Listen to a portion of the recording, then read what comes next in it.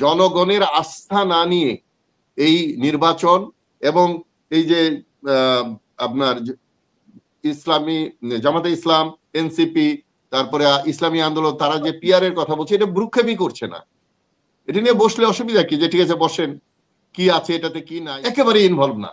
আপনি এই দুইটা পার্টিকে আলাদা করে দেখেন, জনগণ শান্তি চায়। জনগণ আর এটা হোক, এই জিএম কাদেরই হোক আর নুরুল হক হোক, কারো কপাল দিয়ে রক্ত ঝরুক, এটা জনগণ চায় না। এবং এটা অপমানজনক। আপনি দেখেন এইসব ভিডিও, এইসব ছবি, এইসব খবর বিদেশে দেখলে আমাদেরকে কোনো সভ্য জাতি বলে মনে হবে? যে সুন্দর একটা পরিস্থিতি আমরা তৈরি করতে পারতাম, সেটা ক্ষমতার মোহে একটি দল নষ্ট করেছে, আর বর্তমান সরকারের ব্যর্থতা, অযোগ্যতার জন্য নষ্ট করেছে। আর কিছু ভুইফোর নতুন ছাত্ররা যে রাজনীতি করতে গিয়ে কি হুনুরে যা ইচ্ছা তাই করছে, এই যে একটা অরাজকতা, এইটাকে নেতৃত্ব দিয়ে নিয়ন্ত্রণে আনার মতো নেতৃত্ব নাই বলে আজকে আমাদের এই শিক্ষামন্ত্রী যখন রাত 3টার সময় পরীক্ষা বন্ধ করে দিল, পরের দিন সকালে বলে আমি পদত্যাগ করব না। আরে আজীবন থাকবে নাকি এই পদে? বলে যে আমাকে নিয়োগ দিয়েছে উপদেষ্টার, কি প্রধান উপদেষ্টা? ওনার ওই দিনই বলা উচিত যে বাদ দাও, তুমি আরেকজনকে এখানে বানাও। ইয়েকে শাখাও স্যারকে তো ঠিকই সরাই দেওয়া হলো। একজনের প্রতি একরকম ব্যবহার করবে। শোনেন, রাষ্ট্রীয় পর্যায়ে গিয়ে যখন উচ্চ পর্যায়ে থাকে, তাদের চোখ যদি মানে একচোখা হয়, তাহলে ওর ইতিহাসে ভালো স্থান কেউ পায়নি। কিন্তু জনগণের মধ্যে একটা সংস্কার হয়েছে, কোথাও পলিটিক্যাল পার্টিতে হয়নি। সেটা হলো যে যেভাবেই হোক স্বৈরাচার গায়ে আজকে যতই বাধা আপনি যতগুলো দলের মধ্যে যত বিরোধ দেখেন, এটা আমি গ্যারান্টি দিয়ে বলছি, যখন সরকার বিরোধী আন্দোলন হবে তখন সব এক হয়ে যাবে। যখন নির্বাচনকে সঠিক করার জন্য আন্দোলন হবে তখন সব এক হয়ে যাবে। সুতরাং জাতীয় স্বার্থে এই জাতি এক হয়েছে, অতীতে ৭১ হয়েছে, ৯০ হয়েছে, ২৪ হয়েছে। এই ধারাবাহিকতায় আগামীতেও যদি কেউ নাটক করতে চায়, কেউ এদিক ওদিক এটা সেটা করতে চায়, এই জনগণ কিন্তু ছাড় দিবে না। জনগণ কিন্তু ইতিমধ্যেই ধৈর্য হারা হয়ে গেছে। আরেকটা কথা আমি আপনাদের বলি, আমি গত 2 দিনে 3টা থানা ভিজিট করেছি, কথা বলেছি তাদের মধ্যে একটা দ্বিধা দ্বন্দ্ব চলছে। কোনো বাহিনীতে দ্বিধা দ্বন্দ্ব থাকলে ওটা সঠিক কাজ হয় না। এবং অনেকে ব্যক্তিগতভাবে আমার বলছে, স্যার কাজ করলেও বিপদ, না করলেও বিপদ, কোনটা করব কোনটা করব না, এই দ্বন্দ্বে অনেক কিছু আমাদের স্থবির হয়ে আছে।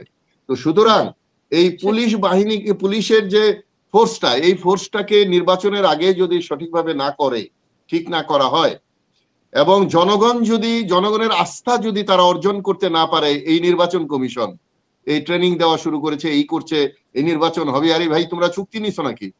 তোমরা ওই সরকারের আনুগত্য প্রকাশের জন্য নানা কথা বলছো আগের মতোই, কিন্তু নির্বাচন কমিশন স্বাধীনভাবে কাজ করার যে আয়োজন, সেটা তো আমরা দেখতে পাচ্ছি না। সুতরাং আমি মনে করি জনগণের আস্থা না নিয়ে এই নির্বাচন এবং এই যে আপনার ইসলামী জামাতে ইসলাম, এনসিপি, তারপরে ইসলামী আন্দোলন, তারা যে পিআর এর কথা বলছে, এটা ভ্রুক্ষেপই করছে না।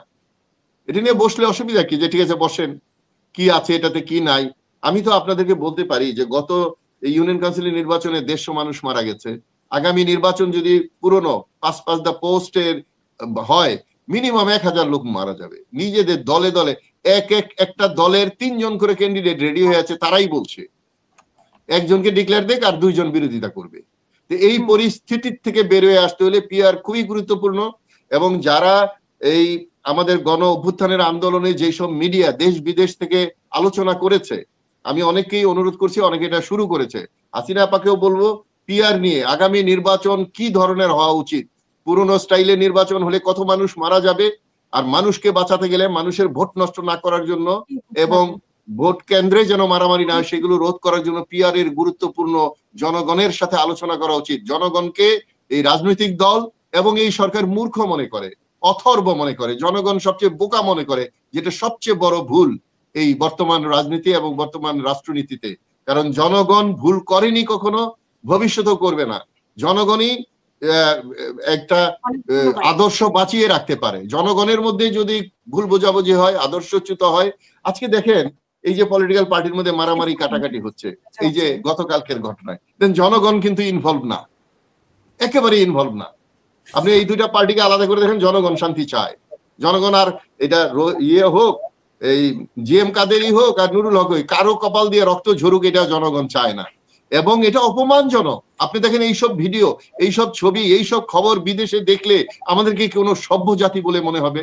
আপনারা যদি কোনো দেশে দেখেন, আমি নেপালে গেলাম, তখন খুব তাদের গোলমাল ছিল সরকার নিয়ে, কিন্তু কোনো মিছিল মিটিং কোথাও কিছু দেখিনি, খালি আলোচনা, টের পাইনি।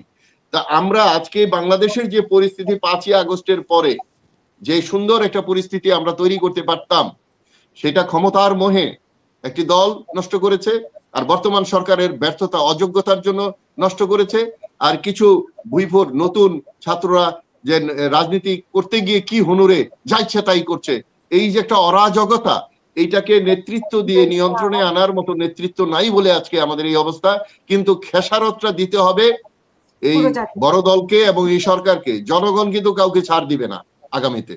তো সুতরাং ভুল করলে সেটার প্রতিদান পেতেই হবে। সুতরাং আমি মনে করি আজকে এই সরকারের একটা চিন্তা ভাবনা করে সর্বদলীয় সকলকে নিয়ে বসে এটা সিদ্ধ, একটা রাজনৈতিক দল বা সরকার কেউ ডাক দিল না, এবং এনসিপি মনে করছে একা, আরে গত 30 বছরে এক পার্টি কোনো ক্ষমতায় যেতে পারেনি।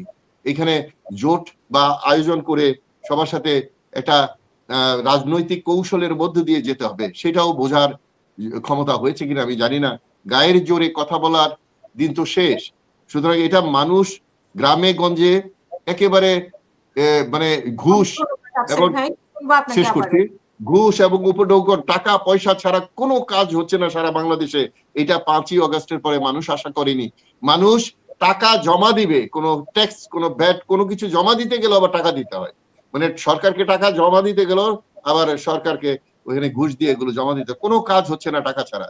সুতরাং এইরকম একটা পরিবেশে, দলে দলে মারামারির পরিবেশে নির্বাচনী পরিবেশ তৈরি না করে নির্বাচনে গেলে যে ভুল হবে। আমরা নির্বাচনের পক্ষে, কেউ মনে করবেন না যে আমি নির্বাচন চাই, কিন্তু যেন তেন নির্বাচন চাই না, আগের মতো নির্বাচন চাই না।